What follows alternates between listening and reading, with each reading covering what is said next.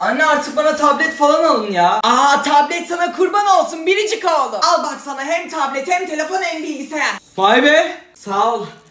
Anne bana bilgisayar alır mısın? Aldık ya ortak bilgisayar canım, oynayın işte. Ya ama onlar beni oynatmıyor ki. Olur mu öyle şey, hepinizin o. Annem söylüyor de, git hadi. Tamam. Abi bilgisayarla oynama sırası bende, annem öyle söyledi. Tamam hadi tamam, gel al oyna biraz. Sonunda. Bak alırsın. Ya. Oğlum hayırdır lan? Abimden sonra ben oynayacağım, sana sıra gelmez bugün.